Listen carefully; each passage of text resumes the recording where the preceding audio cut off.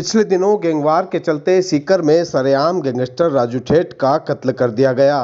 इस वारदात के पीछे कुख्यात गैंग लॉरेंस बिश्नोई गैंग का नाम सामने आया है। राजस्थान में इस गैंगवार की कहानी कोई नई नहीं है, बल्कि लगभग 2 दशक से दुश्मनी और इंतकाम का ये सिलसिला लगातार जारी है। गैंगवार के चलते राजस्थान का शेखावटी इलाका कई बार खूनी वारदातों का गवाह बन चुका है। आपको बता दें कि अभी तक जुर्म और गैंगवार की ये कहानी 4 किरदारों के साथ ही चली आ रही थी, लेकिन गैंगस्टर राजू ठेठ की हत्या के बाद इस खूनी खेल में एक और नए कुख्यात गैंगस्टर का नाम और शामिल हो गया। आइए सिलसिलेवार आपको बताते हैं इस खूनी खेल की इनसाइड स्टोरी। प्रदेश के सीकर जिले में एसके कॉलेज 90 के दशक में ही शेखावटी की राजनीति का केंद्र था। इसी कॉलेज में भाजपा के छात्र संगठन एबीवीपी के कार्यकर्ता गोपाल फोगावट का दबदबा था।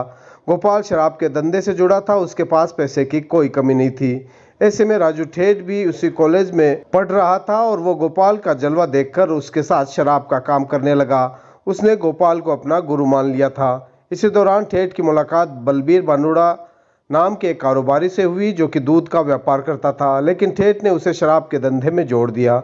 इसके बाद बानुड़ा की महत्वाकांक्षाएं इस कदर बढ़ी कि वो पूरी तरह से शराब के धंधे में जुट गया और अब ये तिकड़ी शराब के कारोबार में मोटा मुनाफा कमा रही थी। इस दौरान बलबीर ने शराब के धंधे में प्रतिद्वंदी भेबाराम को सीकर में मौत के घाट उतार दिया।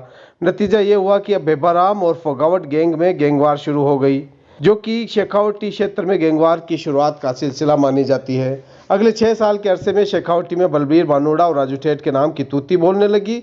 दोनों ने जुर्म की दुनिया में ऐसा सिक्का जमाया कि दोनों का खौफ और आतंक चारों ओर फैल गया। 2004 में जीणमाता इलाके में राजू ठेठ और बलबीर बानुड़ा को मिली शराब की दुकान को लेकर दोनों में कहासुनी हो गई। ये कहासुनी इस कदर बढ़ गई कि राजू ठेठ ने अपने साथियों के साथ मिलकर बलबीर के साले विजयपाल की हत्या तक कर दी।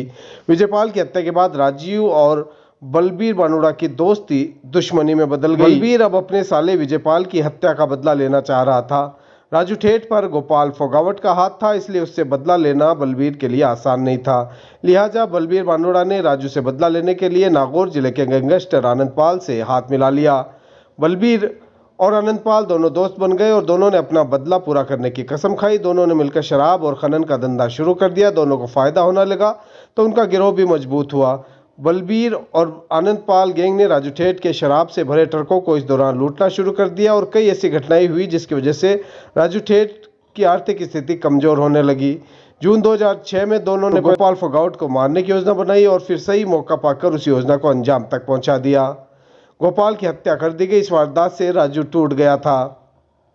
हालांकि उसके अंदर भी बदले की आग सुलगने लगी। फोगावट की चिता पर राजू ने दोनों से बदला लेने की कसम खाई। दोनों गैंग साल 2012 तक अंडरग्राउंड थे, लेकिन इसके बाद जब 2012 में पुलिस ने बलबीर बानुड़ा, आनंदपाल सिंह और राजू ठेठ को अलग अलग मामलों में गिरफ्तार कर लिया तो उनके बीच बदले की आग फिर से भड़क उठी। 26 जनवरी 2013 को जब पूरा देश गणतंत्र दिवस के रंग में रंगा था, तब बानुड़ा के खास दोस्त सुभाष बराल ने सीकर जेल में बंद राजू ठेठ पर हमला किया, लेकिन किस्मत से राजू ठेठ इस हमले में बाल बाल बचा।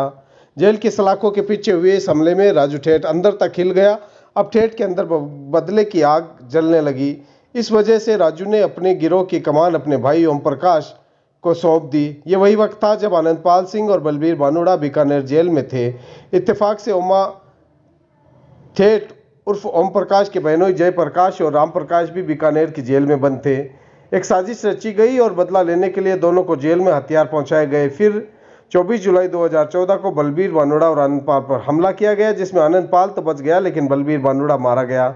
बलबीर बानुड़ा की मौत से ठेठ गैंग का हौसला बढ़ गया था, लेकिन दोनों गैंग अब भी एक दूसरे को मारने के लिए लड़ाई थी। इस दौरान आनंदपाल सिंह का आतंक और खौफ काफी बढ़ गया था। वो पुलिस के लिए सिरदर्द बना था। हालांकि साल 2017 में आनंदपाल एक एनकाउंटर में मारा गया। इसके बाद राजू ठेठ को खुला मैदान मिल गया। उसका दुश्मन गैंग खत्म होने के कगार पर पहुंच चुका था। अगले 5 साल दोनों ही गिरोह पर पुलिस का भी शिकंजा कसा और दोनों गैंग अंडरग्राउंड काम करते रहे। इस अरसे में शेखावटी की गैंगवार भले ही ठंडी पड़ चुकी थी, लेकिन लॉरेंस बिश्नोई गैंग धीरे धीरे राजस्थान में इस अरसे में अपना पैर पसार रहा था। इस बीच राजू ठेठ को कोर्ट ने पैरोल दी और बीते 3 दिसंबर शनिवार राजू के घर में ही गोली मारकर उसकी हत्या कर दी गई। हत्या की जिम्मेदारी लॉरेंस बिश्नोई गैंग के सदस्य रोहित गोदारे ने ली है। उसकी सोशल मीडिया आईडी पर इस हत्या की जिम्मेदारी ली गई है। आने वाले दिनों में ये गैंगवार और किस हद तक जाती है, ये देखने वाली बात होगी।